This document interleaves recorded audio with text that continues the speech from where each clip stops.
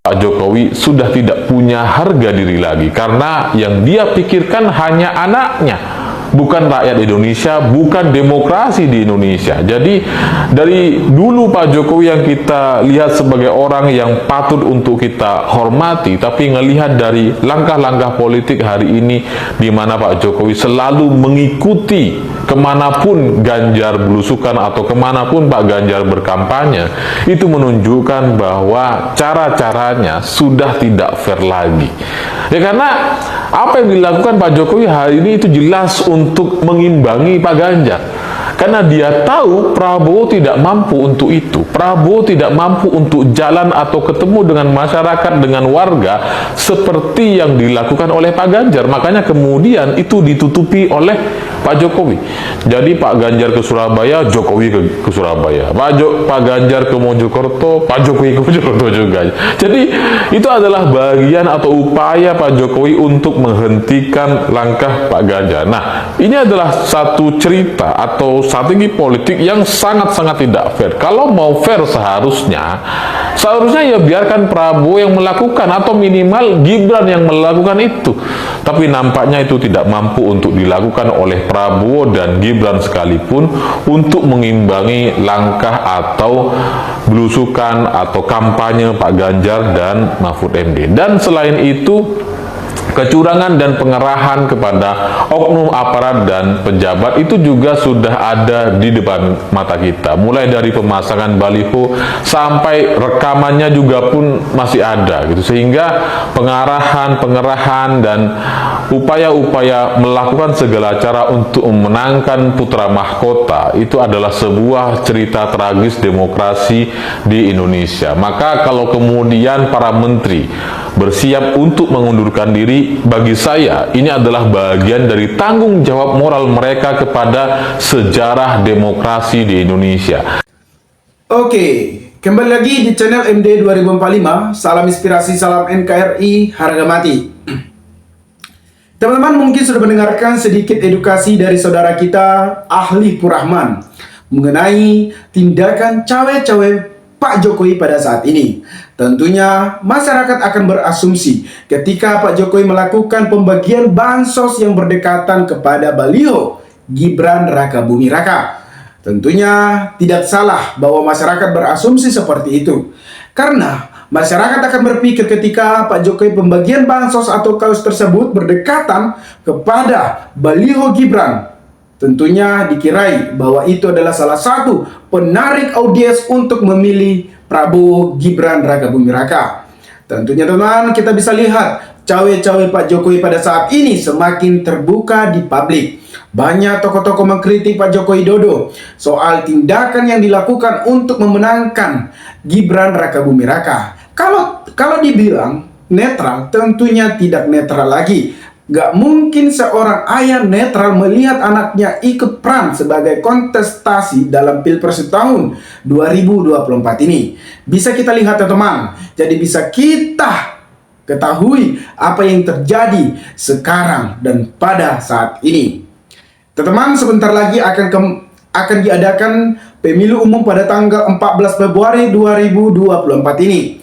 Tentunya saya yakin bahwa saudara sudah memiliki pilihan yang akan melanjutkan program-program Pak Jokowi dan estafetnya di tahun 2024 sampai 2029.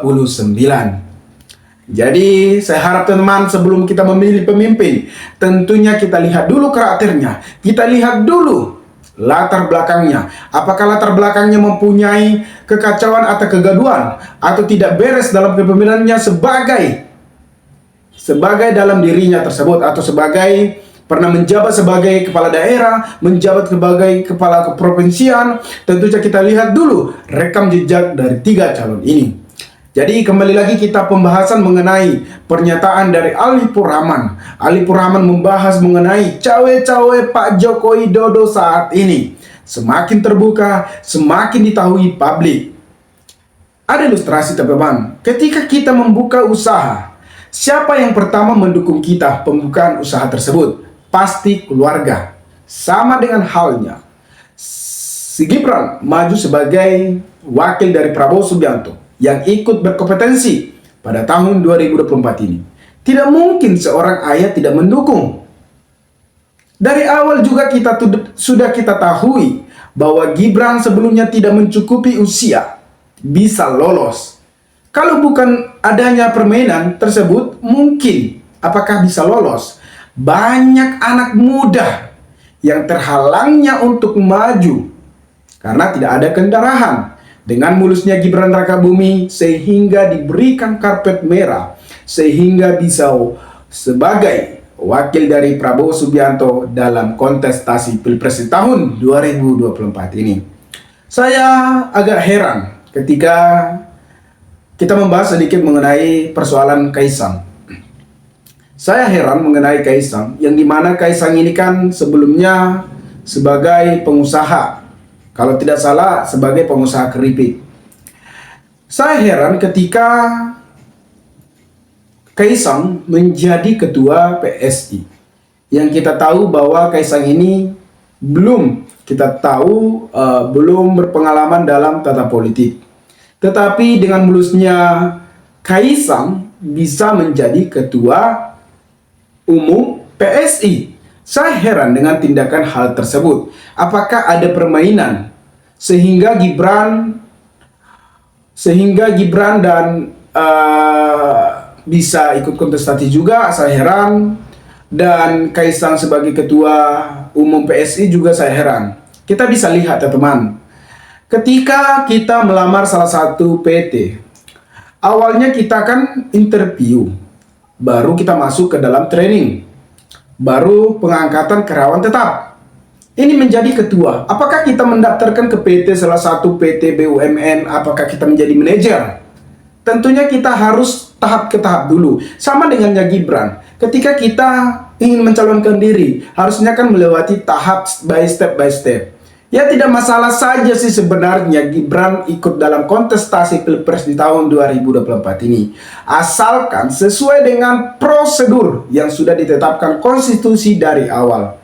Itu membuat kekecewaan masyarakat, bahkan mahasiswa banyak menyuarakan untuk menolak politik dinasti saat ini.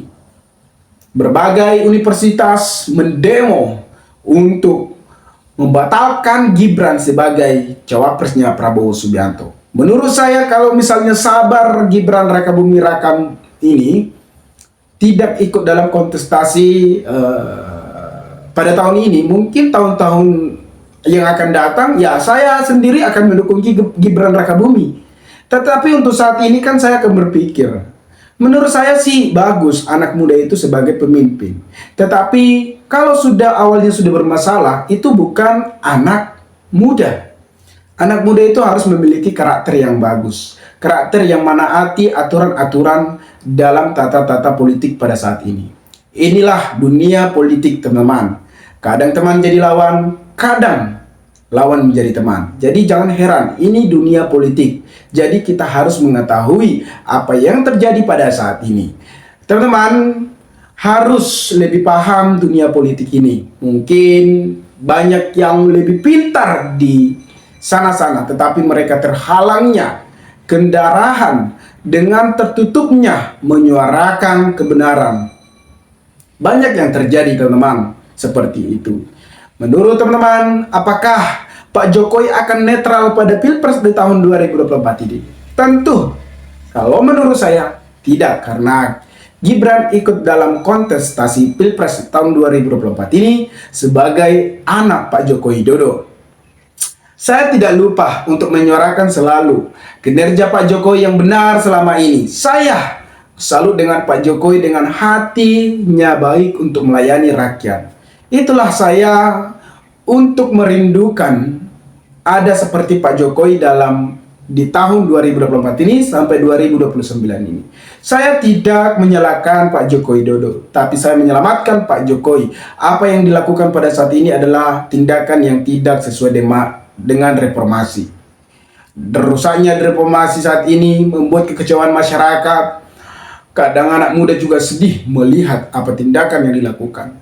Kita ingat, jangan lupa, kerja Pak Jokowi sudah nyata. Tetapi tindakan untuk saat ini kita berpikir untuk memilih Prabowo. Dan saya sendiri akan berpikir untuk memilih Pak Prabowo dan Gibran Rakabuming Raka. Teman-teman, kembali lagi ke topik tadi soal pernyataan Alif Rahman. Mungkin lebih paham, mungkin lebih tahu. Maka berikanlah tanggapan teman-teman di kolom komentar, agar kita bisa saling tukar pikiran satu antara lain. Salam inspirasi, salam NKRI, MD 2045 melaporkan.